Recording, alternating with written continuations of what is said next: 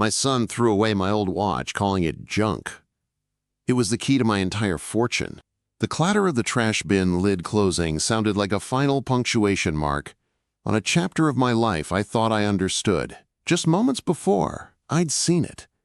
A glint of familiar metal snatched from my workbench, a dismissive wave of my son's hand, and then the sickening thud as it disappeared into the darkness of the municipal bin.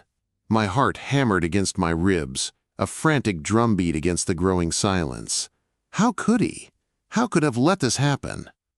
The weight of the realization was a physical blow, stealing the air from my lungs and replacing it with a cold dread that seeped into my very bones. This wasn't just an old watch. It was everything. If you're finding yourself as captivated by this unfolding mystery as I am, do yourself a favor and hit that subscribe button. You won't want to miss how this story unravels. The watch. For decades, it had sat nestled in a velvet-lined box in my study, a constant, quiet presence. Its worn leather strap bore the faint imprint of my wrist, from a time when my own youthful hands had wound its mechanism with unwavering precision. Its brass casing, tarnished by the passage of countless years, held a constellation of tiny scratches, each a silent testament to moments I'd long since forgotten. To the outside world, and more importantly, to my son Daniel, it was nothing more than a relic of a bygone era, a piece of forgotten detritus gathering dust. Daniel, bless his modern heart, had always been more interested in the ephemeral glow of screens than the tangible ticking of time. His world was one of sleek interfaces and instant gratification, where anything that didn't immediately serve a purpose was relegated to the category of junk. And today, my watch had been officially designated as such. I'd been meticulously sorting through old tools, preparing to donate some of the more obscure items that Daniel would likely scoff at. The watch, I'd been about to polish it, to feel its familiar weight in my palm, a ritual I performed perhaps once a year, more out of habit than any conscious purpose. Daniel had breezed into the study, a whirlwind of restless energy, his eyes scanning the room with that familiar impatience. "Dad, what are you hoarding all this old stuff for?" he'd asked, his voice laced with that youthful blend of curiosity and mild disdain. He'd picked up a vintage screwdriver, its handle smooth and worn from decades of use, and then his gaze had fallen upon the watch, which I'd placed on the workbench for safekeeping. He'd frowned, his brow furrowed. "Seriously? This old thing? It looks like it's about to fall apart. You should get a smartwatch, Dad. This is just junk." My stomach had clenched at his words, but I'd managed a weak smile. "It has sentimental value, Daniel. It belonged to my grandfather." "Sentimental value doesn't pay the bills, Dad," he'd retorted, his tone far too casual for the gravity of his pronouncement. He'd picked it up, turning it over in his fingers with a careless disregard that made my heart ache. Then, without another thought, he'd marched towards the open study door, heading for the kitchen, where the trash bins were kept for immediate disposal. "Daniel, wait!" I'd called out, but my voice had been drowned out by the thud of the lid. The sound, so mundane, so utterly ordinary, had resonated with a terrifying finality. For a moment, I stood frozen, the familiar scent of aged wood and oil paints in my study suddenly seeming alien, menacing. My grandfather. The stories he'd told me, the twinkle in his eye as he spoke of a life built from ingenuity and a keen understanding of the world's hidden currents. He had been a man of quiet brilliance, a visionary whose foresight had laid the groundwork for a future I had carefully, painstakingly cultivated. And the watch was the key. Not a metaphorical key, not a symbol of his legacy. A literal key, a tangible mechanism designed to unlock a vault of accumulated wealth, a fortune meticulously assembled not through speculative markets or inheritance, but through a lifetime of calculated risks and unique opportunities that only the truly astute could identify. The watch was the Rosetta Stone to my empire, the silent guardian of my immense, carefully concealed fortune. My mind raced, a desperate scramble to retrace the steps of my own life. The watch had been my grandfather's constant companion. He'd given it to me on my 21st birthday, not with a grand pronouncement, but with a knowing smile and a cryptic instruction. This timepiece marks more than just the hours, my boy. It carries the weight of your future if you learn to read its language. At the time, I dismissed it as the eccentric ramblings of an old man. But as I'd grown older, as I'd begun to understand the true extent of his foresight, his understanding of economics, and his ability to perceive value where others saw only dust, I'd begun to see the watch through a different lens. I remembered the secret compartment in my grandfather's study, the one he'd shown me when I was a teenager, carefully concealed behind a loose brick in the fireplace. Inside, nestled on a bed of faded silk, was a small, leather-bound journal. It contained not entries of daily life, but complex diagrams, coded equations, and cryptic notes, all pertaining to a series of investments and ventures he'd initiated decades ago. The journal spoke of a unique system, a series of dormant accounts and properties held under layers of shell corporations, all designed to appreciate in value and remain hidden from the prying eyes of the world. And at the heart of it all was the watch. The watch was not just a timepiece, it was a physical trigger, a complex cipher integrated into its very mechanism. The specific combination of winding the crown, setting the hands to a precise time and date, and then activating a hidden button on the side, would in turn initiate a sequence of digital and physical confirmations, granting access to the vast network of assets my grandfather had so cleverly amassed. It was a system so intricate, so reliant on the watch's unique, irreplaceable components, that any attempt to replicate it without the original would be futile. The watch was the only key. My hands trembled as I approached the study door, the scent of pine and old paper now tinged with the metallic tang of panic. Daniel was still in the living room, engrossed in some video game, his thumbs a blur against the controller. He was completely oblivious to the monumental error he had just committed, an error that had just potentially vaporized a lifetime of careful planning. I had to get the watch back, and I had to do it before it was crushed, incinerated, or buried under tons of refuse. The thought was enough to make my blood run cold. The nearest municipal waste processing facility, the likely destination of that bin's contents, was a sprawling labyrinth of crushing machines, conveyor belts, and mountains of refuse. A needle in a haystack seemed like an optimistic analogy. My mind, usually so calm and methodical, was now a frantic storm of questions. What time was the garbage collection? Which route did the truck take? How long did it take for the bin's contents to be compacted and processed? The seconds stretched into agonizing eternities. I needed a plan, a detailed, precise plan. This was not a situation that could be solved with brute force or emotional outbursts. This was a problem that required the same kind of foresight and attention to detail that had built the fortune in the first place. I needed to think like my grandfather. I needed to think like myself. My gaze fell upon the small leather-bound journal on my desk. It was still there, a silent testament to my grandfather's ingenuity. I knew, with a chilling certainty, that it held the answers, the intricate details of how this entire system worked, and perhaps even a fail-safe. But first, I had to retrieve the watch. The ticking in my head was no longer that of a familiar timepiece, but the frantic pulse of impending doom. The hunt for the junk had officially begun. The metallic tang of panic was no longer a subtle undercurrent. It was a roaring tide threatening to drown my sanity. Daniel's oblivious thumbs danced across the game controller, a jarringly normal soundtrack to my internal pandemonium. He was a boy of infinite distractions, a master of the present moment, utterly unaware that he had just tossed away the linchpin of my entire existence, the very engine that had powered my carefully constructed financial empire. The clatter of the trash bin lid, still echoing in the phantom chambers of my mind, was a mocking reminder of my son's casual destructive act. My grandfather's watch. It was more than just a timepiece. It was a marvel of intricate engineering, a secret symphony of springs, gears, and hidden mechanisms, all orchestrated to safeguard a fortune. It wasn't merely a key to a vault, it was the only key. Its worn leather strap was a testament to its enduring utility, its tarnished brass casing a silent witness to decades of meticulous planning.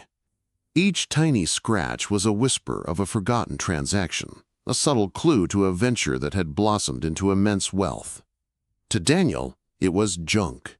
To me, it was the culmination of a lifetime's work, a legacy of unparalleled foresight. I snatched the leather-bound journal from my desk, its worn cover cool against my clammy palms. This was where the secrets lay. The complex diagrams, the coded equations, the cryptic notes that detailed my grandfather's revolutionary investment strategies. He had been a visionary, a man who saw value where others saw only dust, who built an empire on calculated risks and an almost prescient understanding of global economies. And the watch, this seemingly innocuous artifact, was the physical manifestation of that genius, the tangible trigger for a vast, interconnected network of dormant accounts and hidden assets. The mechanism was a masterpiece of discretion, a precise sequence of winding the crown, setting the hands to a specific time and date, and then activating a minuscule, almost invisible button on the side, would initiate a cascade of digital and physical confirmations. Without the watch, the system was impenetrable. Any attempt to bypass it would be met with an unbreachable digital fortress, a carefully constructed wall of security designed to withstand even the most sophisticated intrusions. The watch was not just the key, it was the only key. My mind, usually a fortress of calm logic, was now a chaotic tempest of fear. The garbage collection. When did it happen? Which route did the truck take? How long did it take for the contents of that bin to be consolidated, compacted, and ultimately transported to the sprawling maw of the municipal waste processing facility? The seconds stretched into an agonizing eternity, each tick of the clock a hammer blow against my fraying nerves. I needed a plan, not a reactive outburst, but a strategic, meticulously crafted plan. This was a problem that demanded the same kind of foresight and precision that had built my fortune. I had to think like my grandfather. I had to think like myself, the man who had meticulously curated this wealth. My eyes scanned the journal, desperately searching for any clue, any hint of a failsafe, a hidden contingency. My grandfather, a man of immense foresight, would have anticipated such a possibility, however remote. He'd always stressed the importance of redundancy, of having backups for even the most secure systems. But the watch was designed to be irreplaceable, a singularity in its own right. The journal spoke of a series of hidden ledger entries, cross-referenced with astronomical data and specific historical events. My grandfather, a man who appreciated the subtle interplay between the grand cycles of the cosmos and the ebb and flow of human endeavor, had woven a complex tapestry of financial signals. The watch, I now recalled with a sickening lurch, was programmed to respond to specific celestial alignments, as well as a unique temporal sequence. This sequence, encoded within the watch's movement, was the master key. I flipped through the brittle pages, my fingers tracing the intricate lines of diagrams and formulas. There it was, a passage describing the watch's internal chronometer, its intricate calibration to a specific sidereal time. This wasn't just about setting the time. It was about setting it to a precise moment in the cosmic dance, a moment that unlocked a digital vault, accessible only through a secure, encrypted channel that the watch's unique signature would authenticate. The problem was, I didn't know that precise moment anymore. The watch, in its current state of being a discarded piece of junk, was inert, its intricate clockwork stilled by the finality of the trash bin. My gaze drifted to the window, the afternoon sun casting long shadows across the manicured lawn. Daniel was still glued to his game, his world a vibrant, pixelated reality. He was a good boy, my Daniel, but his perspective was so limited, so focused on the immediate gratification of the present. He lacked the long-term vision, the appreciation for the subtle intricacies that underpinned my life's work. He couldn't comprehend that the junk he so casually discarded was the anchor of our entire family's financial security. I had to act, and I had to act fast.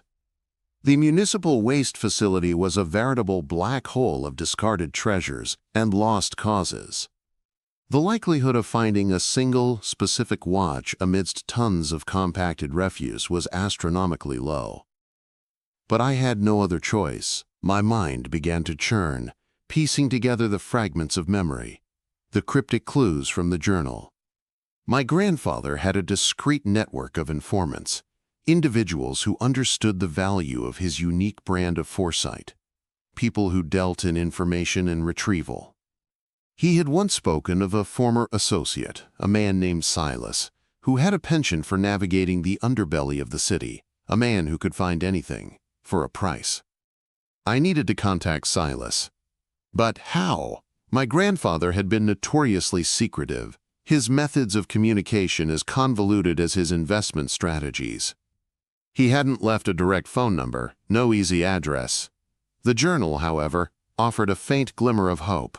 It contained a series of coded references, seemingly random sequences of numbers and letters that I had always assumed were related to account numbers or project code names. Now, I suspected they were something more. I settled onto my study chair, the journal spread open before me, my heart thrumming a frantic rhythm against my ribs.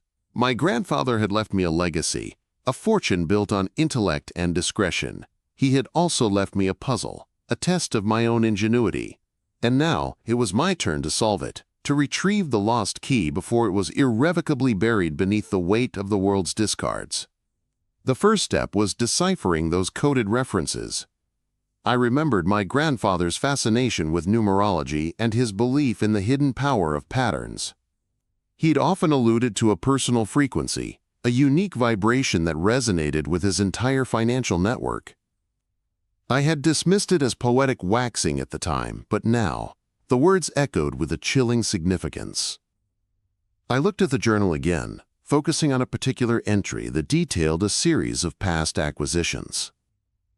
It was a jumble of dates, locations, and seemingly nonsensical alphanumeric strings. My grandfather had a peculiar habit of assigning numerical values to certain personal milestones, almost as if he were weaving them into the fabric of his financial operations. Could it be that simple? Could those strings of characters, those seemingly random numbers, be a key to contacting Silas? My grandfather had a trusted confidant, a man he'd sometimes referred to as the cartographer, who specialized in navigating the city's labyrinthine infrastructure, its forgotten alleys, and its hidden communication channels. Perhaps the journal contained not just financial secrets, but the very blueprints for my grandfather's covert network. I took a deep breath, trying to channel my grandfather's calm, methodical approach. Panicking wouldn't help. I needed to think clearly, to analyze the information at hand. My grandfather had a fondness for chess, for the intricate strategy of moving pieces across the board, anticipating every possible countermove. This situation was no different. I was playing a game of high-stakes chess against the relentless march of time and the crushing inevitability of the waste disposal cycle.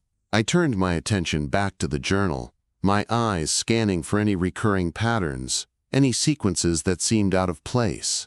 My grandfather had a system for everything. He believed in order, in the inherent logic that governed even the most chaotic systems. If the watch was the key to his fortune, then the journal must hold the map to retrieving it, and perhaps even the means to contact those who could help me. I recalled a specific anecdote my grandfather had shared with me years ago about a hidden cache of antique maps he'd acquired, maps that detailed forgotten trade routes and secret tunnels beneath the city. He had spoken of them as being as valuable as gold, not for their monetary worth, but for the access they provided to hidden knowledge. He'd even hinted that he had a way of communicating with the current custodians of those maps, a lineage of sorts. Could the coded references in the journal be a form of communication with this lineage?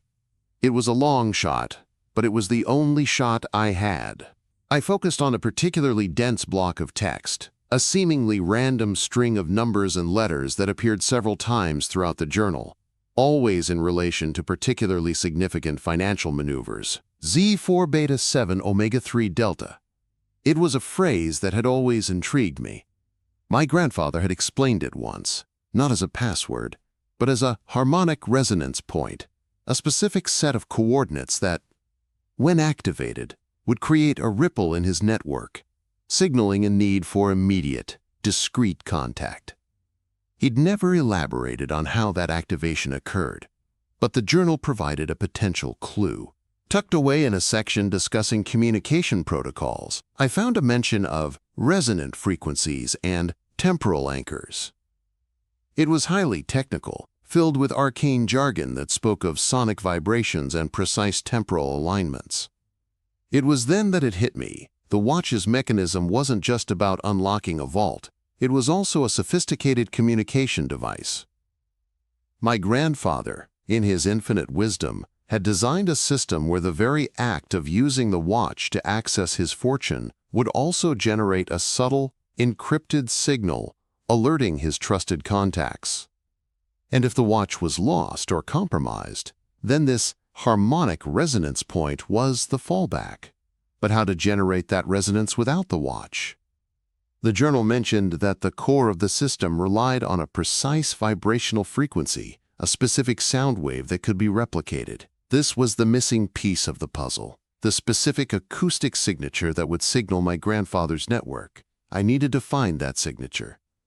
My grandfather's study was a treasure trove of his life's work, a museum of his genius. Amongst the dusty tomes and antique instruments, there had always been a peculiar, ornate tuning fork made of a dark, unidentifiable metal. He had called it his personal conductor and had kept it on a velvet cushion on his desk. He had told me it was tuned to the Earth's heartbeat, a cryptic remark that had always eluded my understanding. Could that tuning fork be the source of the resonant frequency? It was a long shot, a desperate leap of faith, but I was running out of time and options. The thought of the watch being crushed, its intricate mechanisms pulverized into useless dust, sent a fresh wave of cold dread through me. I had to get to the tuning fork. My hands trembled as I rose from my desk, my gaze still fixed on the journal. The task ahead was monumental. I had to decipher the precise temporal alignment required for the harmonic resonance point, identify the location of the tuning fork, and then somehow, some way, generate that specific frequency without the original key. Daniel's voice, a sudden burst of excitement, pierced through my thoughts. "Dad, I beat the boss. This game is awesome." I looked at him, his face flushed with the thrill of victory, completely oblivious to the precarious precipice upon which our entire lives teetered. He was a child, a boy who understood the immediate, the tangible, the digital. He couldn't grasp the concept of a fortune hidden within the ticking of a discarded timepiece. "That's great, Daniel," I managed, my voice sounding hollow even to my own ears, but Dad has a bit of a crisis on his hands. I needed to explain, but how? How could I possibly convey the magnitude of his mistake, the potential fallout of his casual dismissal of something so vital?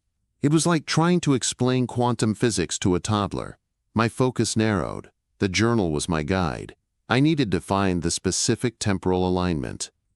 My grandfather had always been a stickler for precision. He'd often spoken of the, quote, cosmic clock, the alignment of celestial bodies that dictated the opportune moments for significant financial moves. The journal contained astronomical charts, meticulously annotated with specific dates and times, each marked with a cryptic symbol that I now realized signified a potential activation window for his hidden network.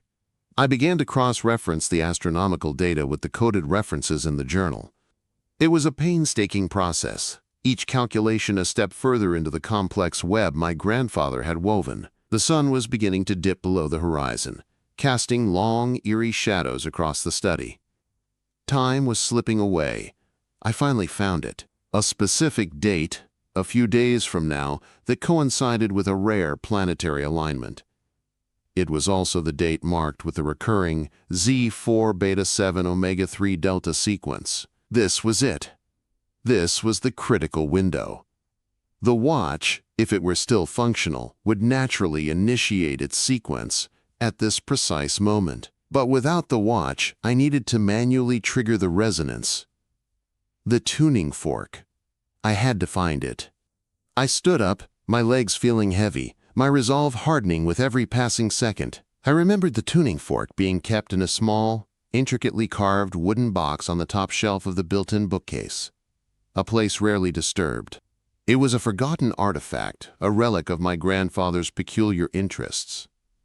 I went to the bookcase, my hands reaching for the familiar smooth wood. My fingers brushed against the cool surface of the box. It was still there. With trembling hands, I opened it. Inside, nestled on a bed of faded velvet, lay the tuning fork. It was heavier than it looked, crafted from a metal that seemed to absorb the ambient light. It pulsed with a subtle, almost imperceptible energy. This was it. This was the instrument that could bridge the gap, that could connect me to my grandfather's hidden network. But how to create the precise frequency? The journal offered no direct instructions, only hints about harmonic convergence and resonant amplification. It was a language I was only beginning to understand. My mind raced. My grandfather had a collection of antique sound equipment in his basement, vintage amplifiers and oscillators he'd used for his own eccentric experiments. Perhaps there was something down there that could help me amplify the tuning fork's vibration to the required level. I looked at Daniel, still lost in his digital world. "Daniel," I said, my voice firm, "I need your help. Something important has been lost, something that belongs to me, and it's very valuable. I need you to come with me." He finally looked up, his eyes blinking in the sudden change of focus. "Lost? What did you lose, Dad?" "My watch," I said, the words feeling like a confession. "The old one, and it's not just any watch." His brow furrowed. "The junk one?" "I told you, Dad, it's useless." "It's not useless, Daniel," I said, my voice laced with a desperate earnestness. "It's the key to everything. And I think I know where it is, but I'm going to need your help to get it back." His skepticism was palpable, but a flicker of curiosity, the same curiosity that had led him to toss the watch in the first place, began to dawn in his eyes. This was my only chance to involve him, to make him understand the gravity of his actions, and perhaps to enlist his youthful ingenuity in this desperate mission. The hunt for the junk had officially escalated into a race against time, a desperate endeavor to reclaim a lost legacy from the jaws of oblivion. The fate of my fortune, a lifetime of careful planning and calculated risks, hung precariously in the balance, dependent on the resonance of a forgotten tuning fork and the deciphering of a visionary's cryptic legacy. The ticking in my head was no longer just the pulse of fear, but the determined beat of a man on a mission to retrieve what had been so carelessly discarded. The journey into the city's underbelly, into the heart of my grandfather's hidden world, had just begun. The afternoon sun had begun its descent, painting the sky in hues of bruised orange and fading violet as I led Daniel down the creaking wooden stairs into the musty depths of my grandfather's basement. Dust motes danced in the single beam of light from the bare bulb overhead, illuminating a forgotten kingdom of archaic machinery and esoteric artifacts. This was where my grandfather, a man who treated the practical with the same reverence as the profound, had tinkered with his obsessions.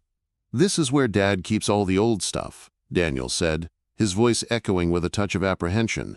He was no longer the nonchalant gamer. The seriousness in my tone, the palpable urgency, had finally pierced his adolescent shell.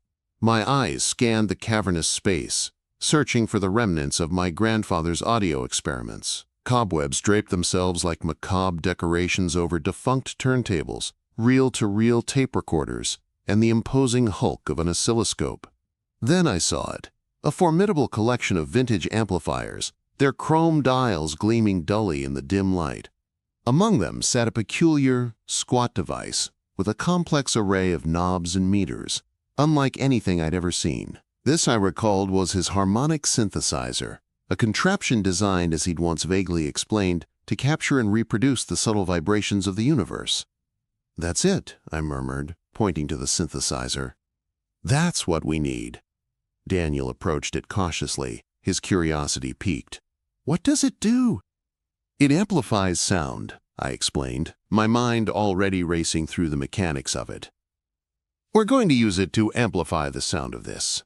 I produced the tuning fork from its box, its dark metal cool against my clammy palm. My grandfather believed everything had a unique vibrational frequency, a kind of signature. "This tuning fork," he said, "was tuned to something very specific. We need to find out what that specific sound is, and then use this machine to make it loud enough to be heard, well, heard by the right people." The task was daunting. The synthesizer was a beast of analog complexity, a far cry from the intuitive interfaces of Daniel's digital world. My grandfather had left no manual, only his own cryptic annotations scrawled on loose sheets of paper tucked into various compartments. "Okay, Daniel," I said, taking a deep breath. "We need to figure out how to power this thing up, and then how to generate a pure, consistent tone from the tuning fork. I think there's an input for an external microphone or a contact pickup." We spent the next hour wrestling with wires, deciphering faded labels, and experimenting with the synthesizer's controls. Daniel, surprisingly, proved adept at navigating the intricate circuitry, his gaming instincts translating into a keen understanding of interconnected systems. He'd always had a knack for figuring out how things worked, a curiosity that, until today, had been directed solely towards virtual worlds. Finally, with a low hum and a flicker of indicator lights, the synthesizer sputtered to life. A sense of cautious optimism washed over me. Now came the delicate part. I needed to place the tuning fork near a sensitive input, strike it, and then adjust the synthesizer's amplification and filtering to isolate and amplify its fundamental frequency. I struck the tuning fork. A clear, pure tone filled the basement, a sound that seemed to resonate not just in the air, but deep within my bones. It was a surprisingly complex note, with subtle overtones that my untrained ear could barely perceive. "Turn up the gain slowly," I instructed Daniel, watching the meters on the synthesizer. "We want to hear the pure tone, not distortion." As Daniel meticulously adjusted the knobs, the sound grew stronger, clearer. I could feel the vibrations in the floor beneath my feet. Then it hit me. My grandfather's words, tuned to the earth's heartbeat. He wasn't speaking metaphorically. The tuning fork, when struck, produced a frequency that was uncannily similar to the Schumann resonances, the natural electromagnetic frequencies of the Earth's atmosphere. "Wait," I said, holding up a hand. "That's it. That's the frequency." My grandfather believed certain celestial alignments amplified these resonances. The journal mentioned a specific date, a few days from now, when a rare planetary alignment would occur. That's when the watch was programmed to initiate its sequence.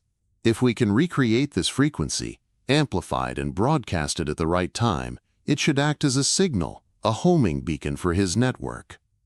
Daniel's eyes widened. "So like, we're broadcasting a secret signal?"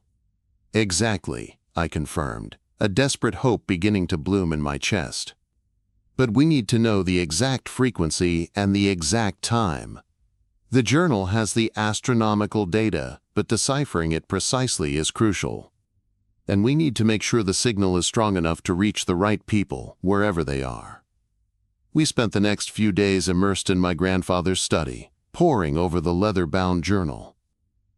The astronomical data was indeed complex, a tapestry of celestial charts, orbital mechanics, and my grandfather's idiosyncratic annotations. He had a unique way of correlating cosmic events with terrestrial financial opportunities, a system that had made him a legend in certain circles. The harmonic resonance point was more than just a frequency. It was a specific temporal window, a precise moment when the amplified Earth resonance would be most receptive to his signal.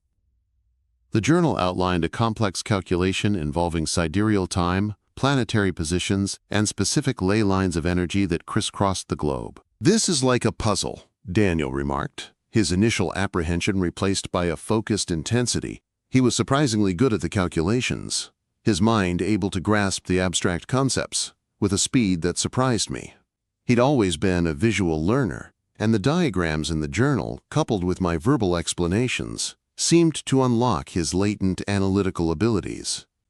We worked tirelessly, fueled by coffee and a gnawing fear.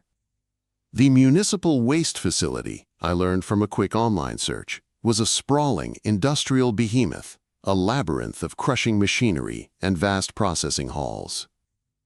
The likelihood of finding a single watch amidst the mountains of refuse was infinitesimally small.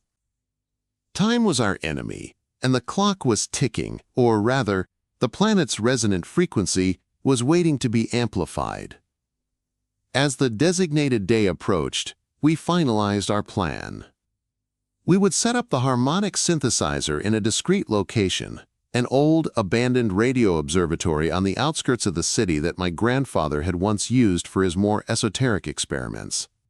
Its massive parabolic dish, though decaying, still possessed a potent signal-amplifying capability. "We need to get there before sunset," I instructed Daniel, checking the final calculations. "The planetary alignment will reach its peak just after dusk. That's when we transmit." The drive to the observatory was a tense affair. Daniel sat beside me, unusually quiet, the weight of our mission settling upon him. He'd seen the strain on my face, the desperation in my actions, and I knew he understood on some level the gravity of what had been lost. "Dad," he said, his voice barely a whisper, What if they don't hear us?" I reached over and squeezed his hand. "Then we'll have to find another way." "But your grandfather was a genius, Daniel. He planned for everything. And I'm his grandson. We'll find a way." The observatory was a relic of a bygone era, its once gleaming metal now rusted and pitted. The massive dish loomed against the twilight sky like a skeletal sentinel. We carefully set up the harmonic synthesizer beneath it, connecting it to the observatory's ancient power supply, praying it still had enough juice to fire up its behemoth generator. As the last vestiges of sunlight bled from the horizon, the moment arrived. I struck the tuning fork, its pure, resonant note filling the vast emptiness of the observatory. Daniel, his face illuminated by the glow of the synthesizer's controls, began to fine-tune the amplification, his movements precise and deliberate. The sound grew, transforming from a delicate hum into a powerful, sustained wave of vibration that seemed to pulse through the very fabric of the earth. The massive parabolic dish seemed to hum in response, its metal groaning as it focused the amplified resonance towards the heavens. For what felt like an eternity, we stood there, bathed in the eerie glow of the synthesizer, the amplified resonance of the Earth's heartbeat filling the air. I watched Daniel's face, his brow furrowed in concentration, his eyes fixed on the meters. There was a strange sense of communion in that moment, a shared purpose that transcended our usual father-son dynamic. He was no longer just my son. He was a crucial part of my grandfather's legacy, a co-conspirator in a desperate gambit. Then, a subtle shift. A flicker on one of the synthesizer's meters, a barely perceptible change in the waveform. It was an anomaly, a response. "Dad," Daniel breathed, his voice filled with a mixture of awe and disbelief. "Something's happening." My heart leaped into my throat. I strained my ears, listening intently. Was it just the wind whistling through the rusted metal of the dish, or was it something more? Suddenly, a crackle emanated from a vintage radio receiver that sat beside the synthesizer, a device I hadn't even considered activating.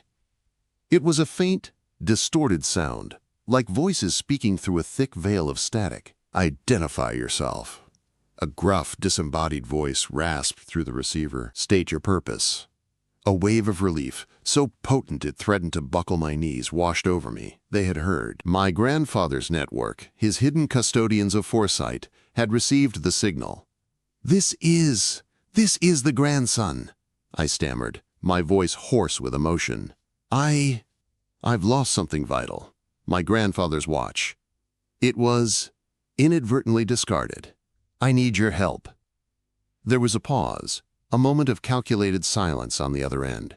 Then the voice returned, tinged with a hint of weary understanding.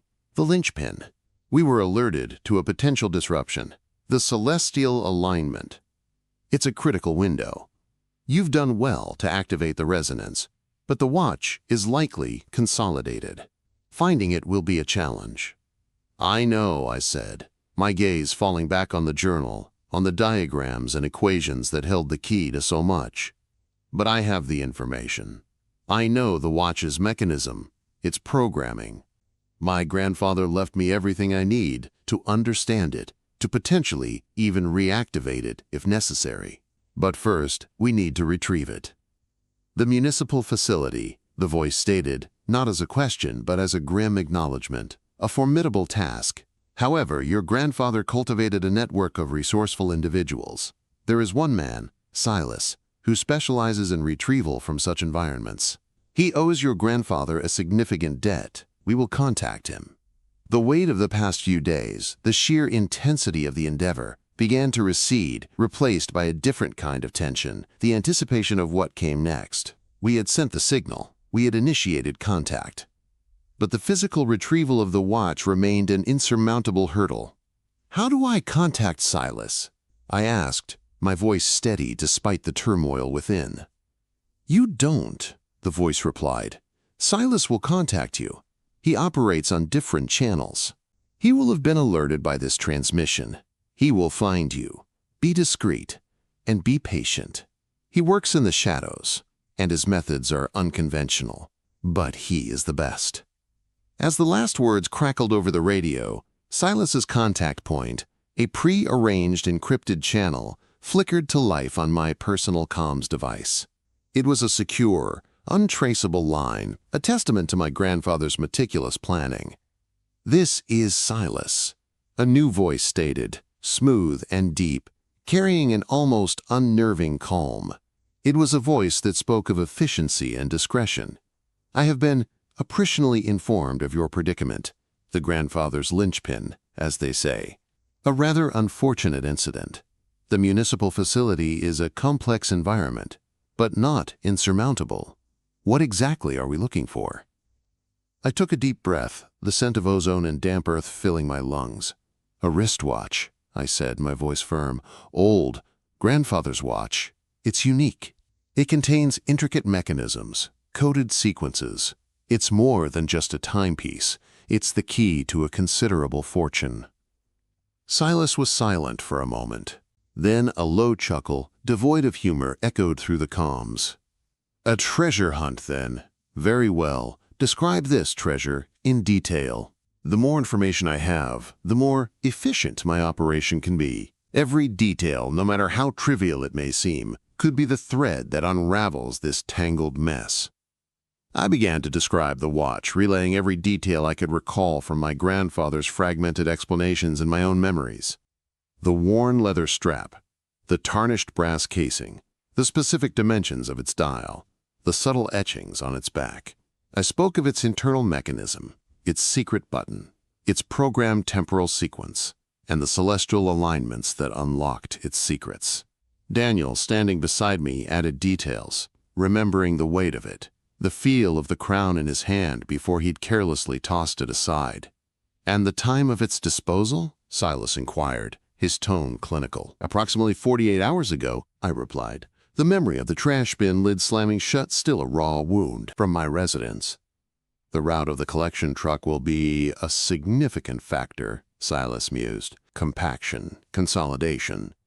The landfill is a vast and unforgiving place. However, with the right intelligence and a certain persuasive capacity, it is not impossible." He paused, and I could almost sense him considering the logistical nightmare. "I will require precise information on the collection schedule, the truck's route, and the estimated time of arrival at the processing facility. Your grandfather's network will provide this. I have my own methods of verification. Expect me to be in contact within the next 12 to 24 hours with a preliminary assessment and a plan of action. Until then, maintain absolute discretion. The less attention you draw, the better." The comms line went dead, leaving me and Daniel in the echoing silence of the abandoned observatory. The moonlight now cast long, stark shadows, transforming the derelict structure into something both eerie and strangely hopeful. We had initiated the retrieval. We had set in motion a chain of events that my grandfather, in his infinite foresight, had orchestrated. "So," Daniel said, breaking the silence, his voice laced with a newfound sense of wonder, "Silas is going to find the watch?" "He will," I confirmed, a weary smile touching my lips. "And he's the best there is at finding things people don't want found. Your grandfather's network is vast, Daniel. It's a testament to his ability to see beyond the ordinary, to build connections that endure even after he's gone." We gathered our equipment, the hum of the harmonic synthesizer fading into a low thrum as we powered it down. As we drove away from the observatory, the massive parabolic dish shrinking in the rearview mirror, I felt a profound sense of awe for the man who had laid the groundwork for this improbable rescue. He had anticipated even this, the accidental loss of his most crucial invention, the potential collapse of his empire. And he had built a safety net, a contingency plan woven into the very fabric of his financial universe. The coming days would be a test of patience and nerve. We would have to trust Silas, trust the network my grandfather had so carefully cultivated. We would have to wait for a man who operated in the shadows to emerge from them, to navigate the grimy underbelly of the city and retrieve a single, priceless watch from a mountain of discarded waste. The journey had taken an unexpected turn, from the panic of loss to the calculated hope of retrieval. Daniel, who had once viewed the watch as mere junk, now understood its true significance. He had witnessed the power of his grandfather's vision, the intricate web of foresight and planning that underpinned our entire existence. And in that realization I saw not just a son who had made a mistake, but a young man who was beginning to grasp the profound responsibility that came with such a legacy. The game was far from over, but at least now we had a player in the game, a seasoned operative on our side, ready to reclaim the linchpin of our carefully constructed world. The metallic tang of panic had begun to recede, replaced by the bracing, albeit still anxious, scent of possibility. The next 24 hours were a surreal interlude of nervous anticipation. Daniel and I returned to our routine, but the mundane now felt like a thin veneer over a simmering undercurrent of purpose.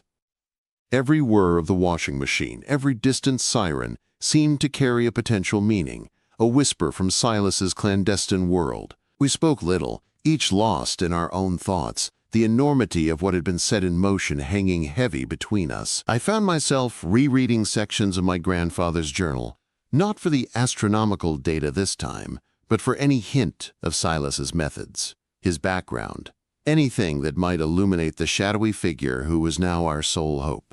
The entries were frustratingly vague on this front, filled with oblique references to associates, facilitators, and men of discreet talent, but never a direct name or identifying detail.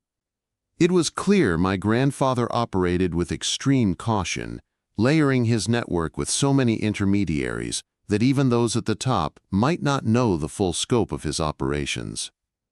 My personal comms device, usually buzzing with trivial notifications, remained eerily silent for the first 18 hours.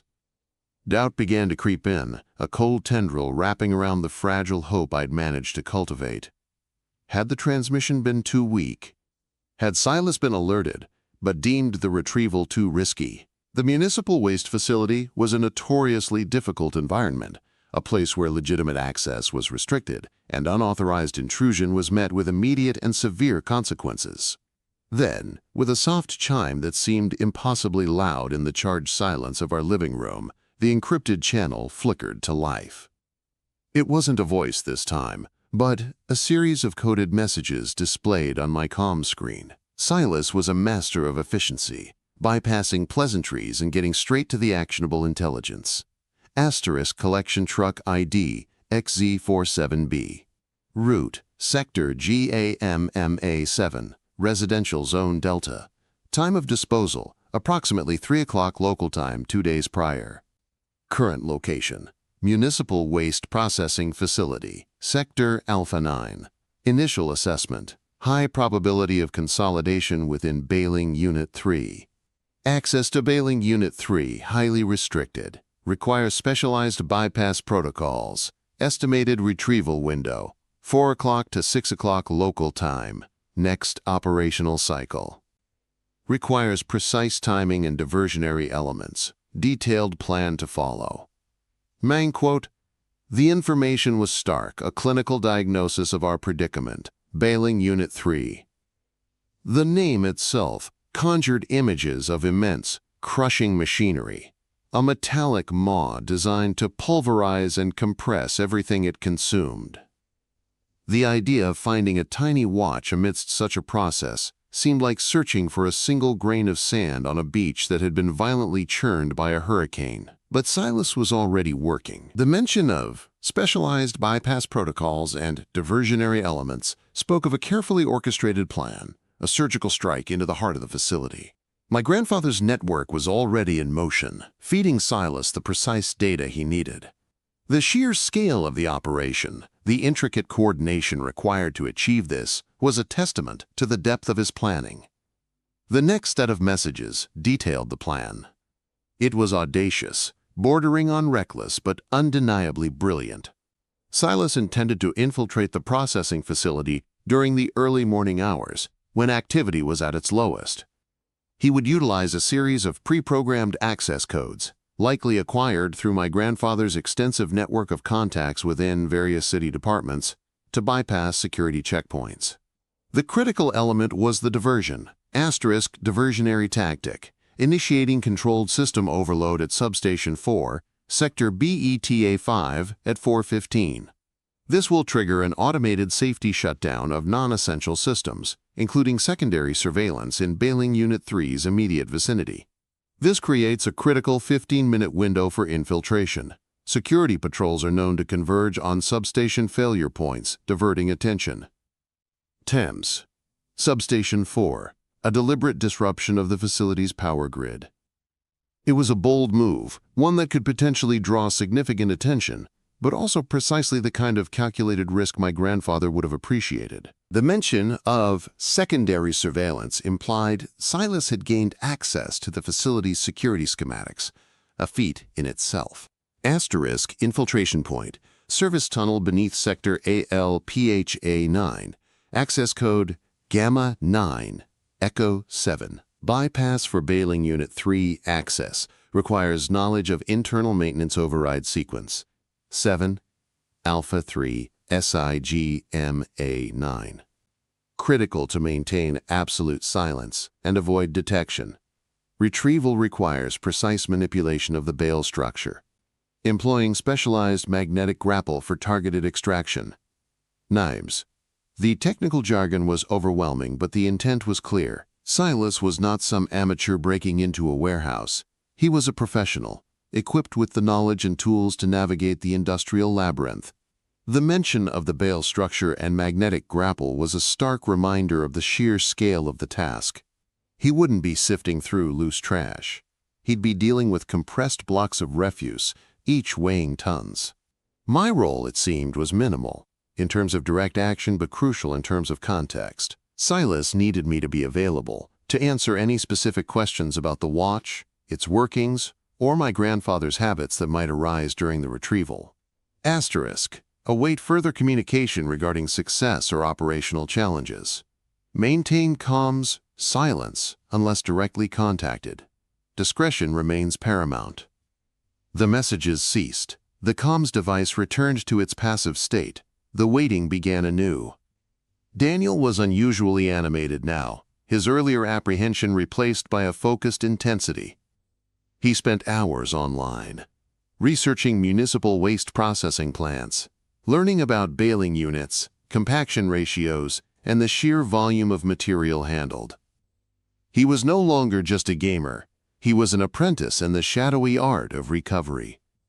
"Dad," he said, his voice a low hum of excitement. "Silas is going to go in there like a ghost. He's got the codes, he's got the plan.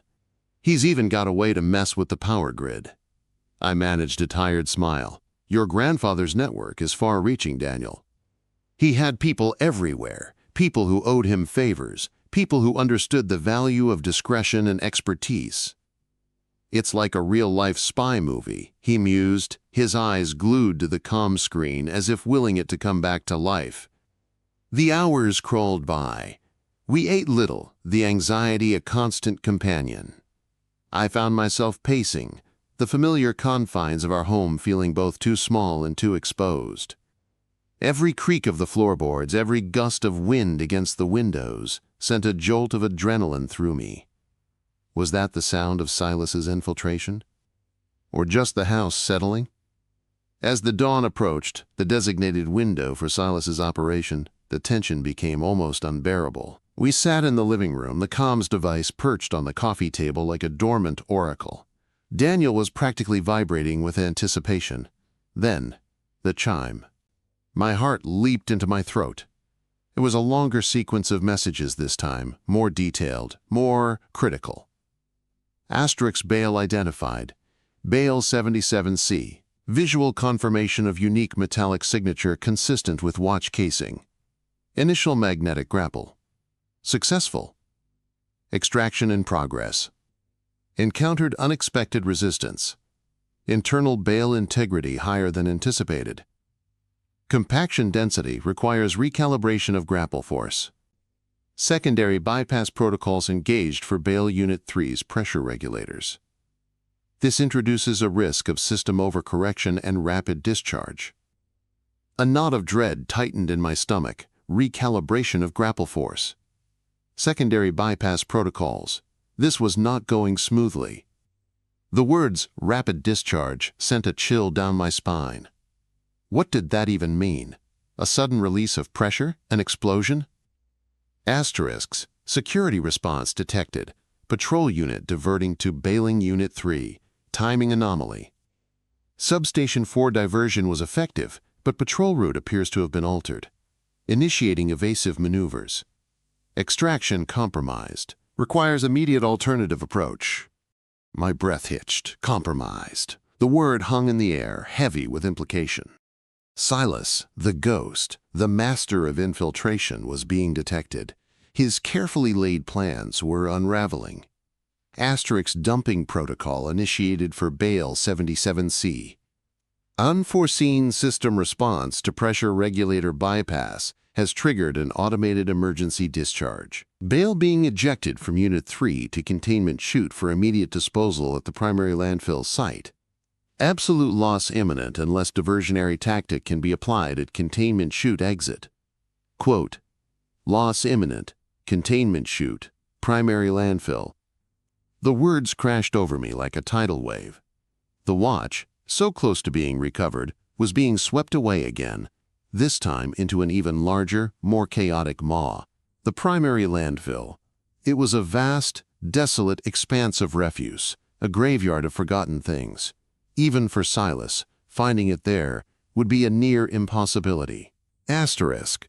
Require precise coordinates of previous day's collection truck route, specifically the point of origin for Bale 77C's estimated route to landfill. This is critical. The truck's journey logs are insufficient. Need human intelligence. Immediate. Your grandfather's network must expedite this data. The message ended abruptly. Silas was in deep trouble. He had gambled, and the odds had turned against him. The entire operation, my grandfather's legacy, everything, hinged on finding a specific truck's route, a needle in a haystack that was itself a mountain of refuse. I looked at Daniel, my face surely a mask of panic. He met my gaze, his own eyes wide, with a mixture of fear and a dawning understanding. He knew, intimately now, the stakes involved. The collection truck, he whispered, his voice trembling, the one that picked up the trash from our house. Yes, I said, my voice rough. We need to trace its route, not just from my house, but from the moment it left the depot. We need to know exactly where it went after our neighborhood. My grandfather's network. It was our only hope. I frantically accessed the encrypted comms channel again, sending out an urgent plea, a desperate request for information on the specific collection route of truck XZ47B from 2 days prior. I detailed the time of collection, the neighborhood, any identifying characteristics I could recall from the fleeting glimpse I'd had of it. The response, thankfully, was swift. My grandfather had been meticulous. Within minutes, data began to flood my comms device. Schedules, route logs, GPS tracking data, a fragmented but comprehensive itinerary of the truck's day. The problem was, it was too much data, too many potential points of reference. We needed to narrow it down to pinpoint where that specific Bale 77C, might have been ejected if it was forced out of its trajectory. Silas mentioned a human intelligence element, Daniel said, pointing to the screen. He needs to know the truck's path to figure out where it might have been when the ejection happened. But how do we know when it was ejected? I countered, frustration mounting. The landfill is huge. It could have been anywhere. Then an idea sparked, a faint echo of my grandfather's own peculiar genius for correlating disparate pieces of information. He had an obsession with the mundane, with the seemingly insignificant details that could unlock larger truths. "The truck," I said, my voice gaining a sliver of urgency. "It wouldn't have just dumped the bale anywhere randomly. There are designated zones, processing stages. If it was ejected from the containment chute, there would be a specific point where it would have been dropped into the main landfill. That point is linked to the truck's position at that exact moment." Daniel's eyes lit up. "So we need to reconstruct the truck's route, and then overlay that with the landfill's intake schedule. Where would a premature bale ejection likely occur on the truck's journey to the landfill?"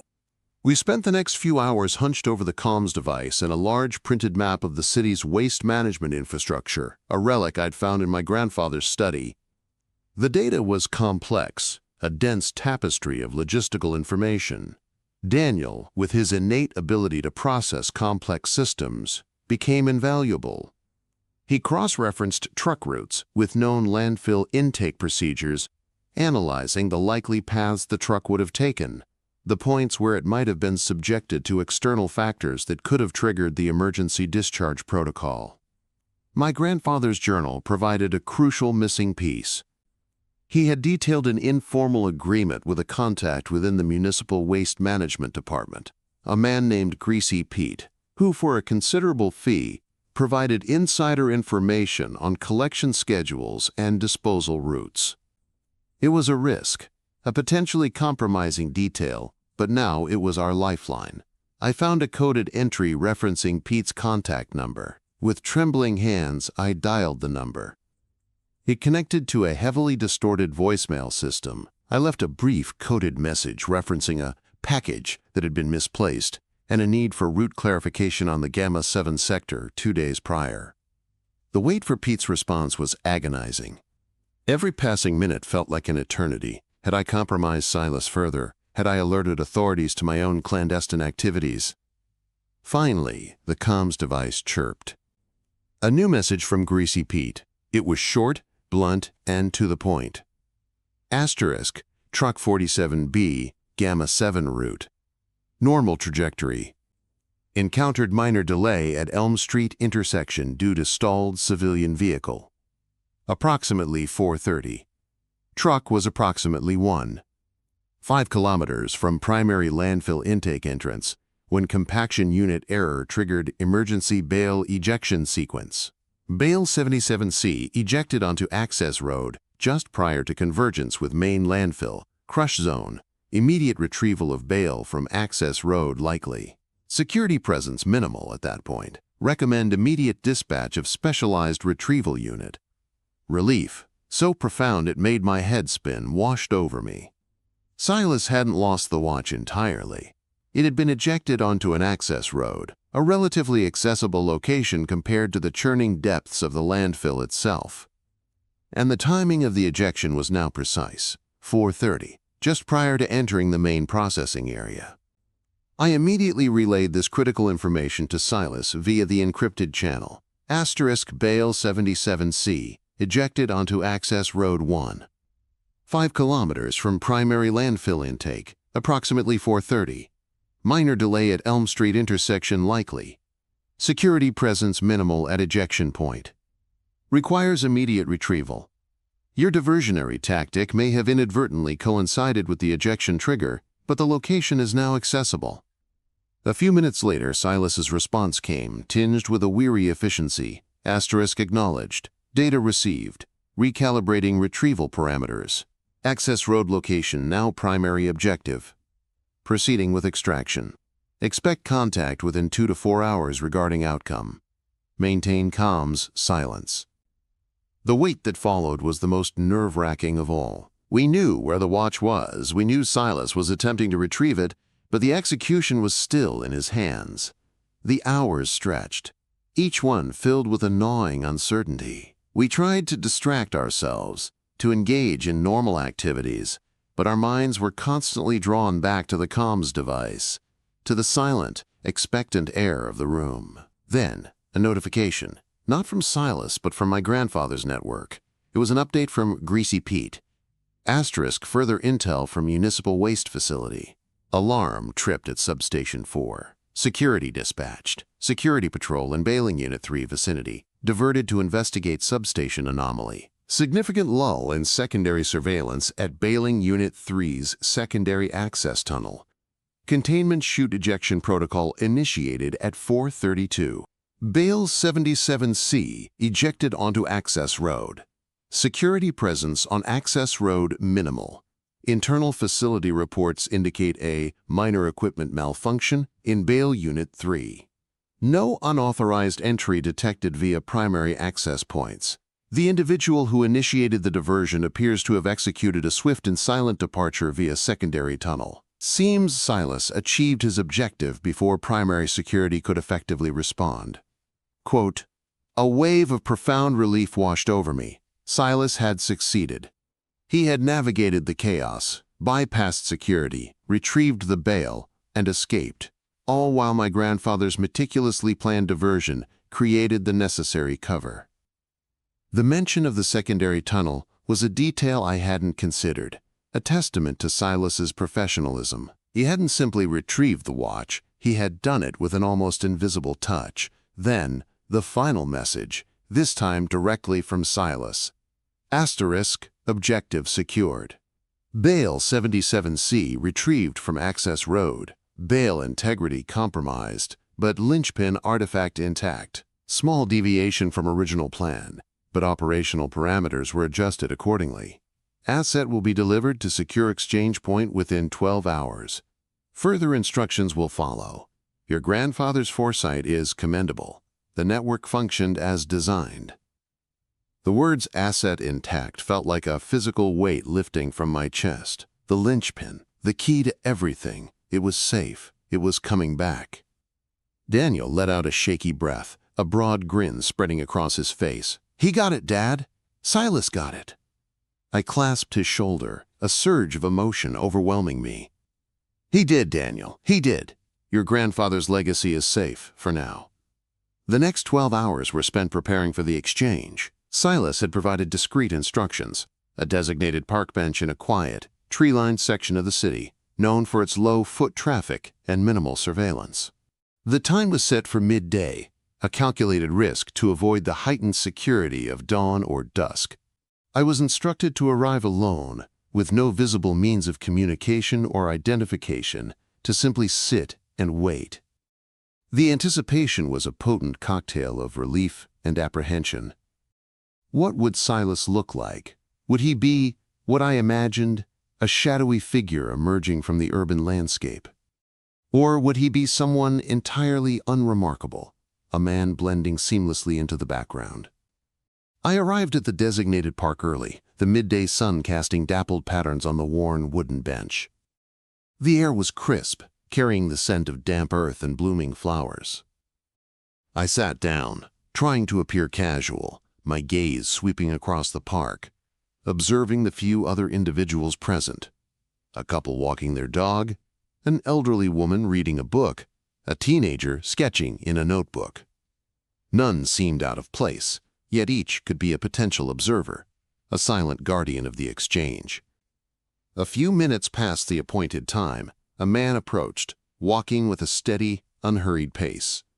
He was neither imposing nor particularly remarkable.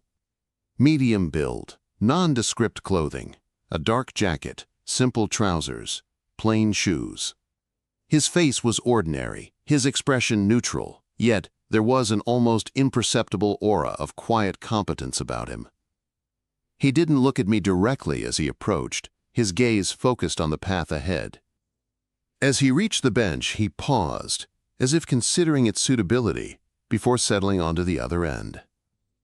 After a moment of shared silence, he spoke, his voice low and smooth, devoid of any overt emotion. "The linchpin.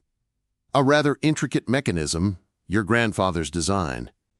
Fascinating how he integrated temporal mechanics with market fluctuations. A truly unique mind. He didn't ask for confirmation, didn't demand proof. He simply stated it, a matter of fact." I nodded, my throat tight with emotion. "He was a genius," I managed to say. Silas gave a small, almost imperceptible nod. "He was, and he anticipated many things, including the potential for misplacement." He reached into a discreet inner pocket of his jacket and produced a small, nondescript brown paper bag. It was small, unassuming, the kind of bag you might carry groceries in. Yet, the contents within were more precious than any treasure. He placed the bag on the bench between us, his movements precise and economical. "The artifact," he said, his gaze finally meeting mine, a flicker of something akin to respect in his eyes. It was lodged within the bale structure in a manner that suggested it had been placed there intentionally, perhaps as a secondary failsafe in case of direct loss. A rather clever, redundant security measure. He gestured towards the bag. "Handle with care. Its internal chronometer is still active, but the power reserve is depleted. It will require a significant charge to reactivate its core functions. Your grandfather's journal contains the specifics for its energy transfer. Do not deviate from those instructions. The alignment window is narrowing." I reached out, my hand trembling slightly, and picked up the bag. It was surprisingly light. I could feel the smooth, cool surface of the watch case through the paper.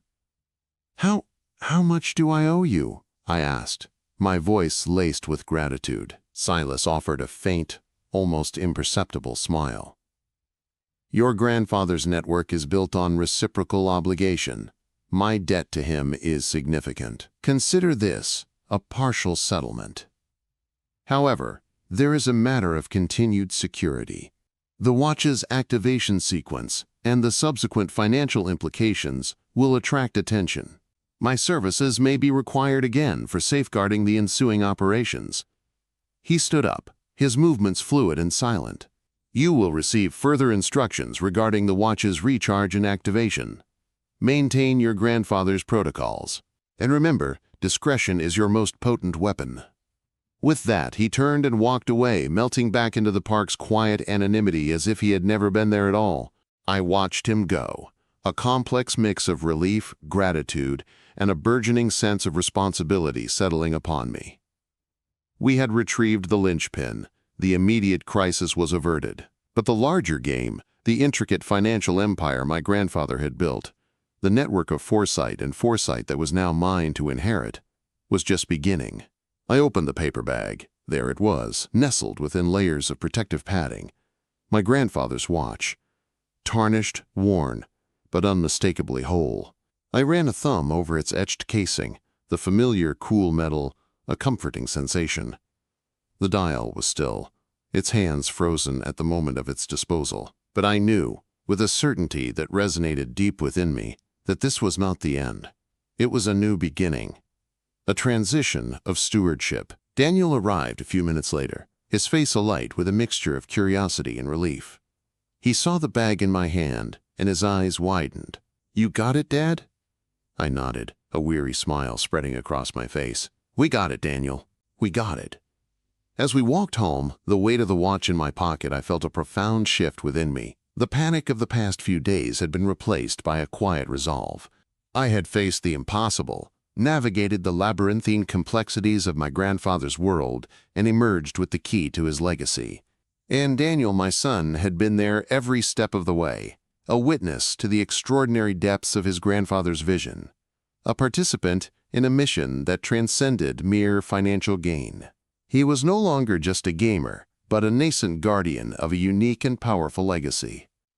The game was indeed far from over, but now we were players, equipped with the knowledge, the tools, and the unwavering resolve of a man who had planned for every eventuality, even the accidental loss of his most vital creation. The scent of possibility, once tinged with anxiety, now carried the bracing, hopeful aroma of a future secured.